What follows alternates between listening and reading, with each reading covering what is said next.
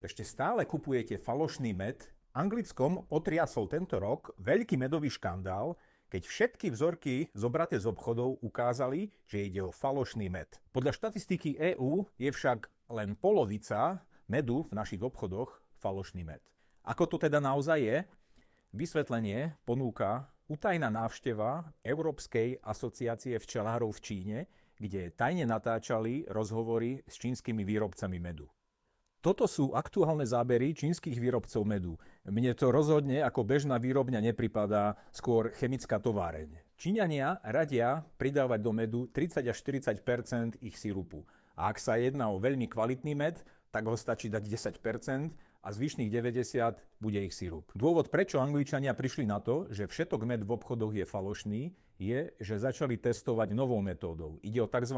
Nukleárnu magnetickú rezonanciu. V EÚ sa bežne používajú tzv. C4 testy, ktoré majú odhaliť prítomnosť cukru z kukurice a cukrovej repy. Tie testy ale tí väčší falšovatelia medu vedia veľmi ľahko obísť tým, že upravia formuláciu sirupu. V týchto pretekoch medzi falšovateľmi a regulačnými orgánmi majú falšovatelia vždy navrch. Sú rýchlejší a kreatívnejší. Preto med kupujte iba od včelára. Alebo sa pozrite na moju ponuku jednodruhových medov, medu obohateného o superpotraviny,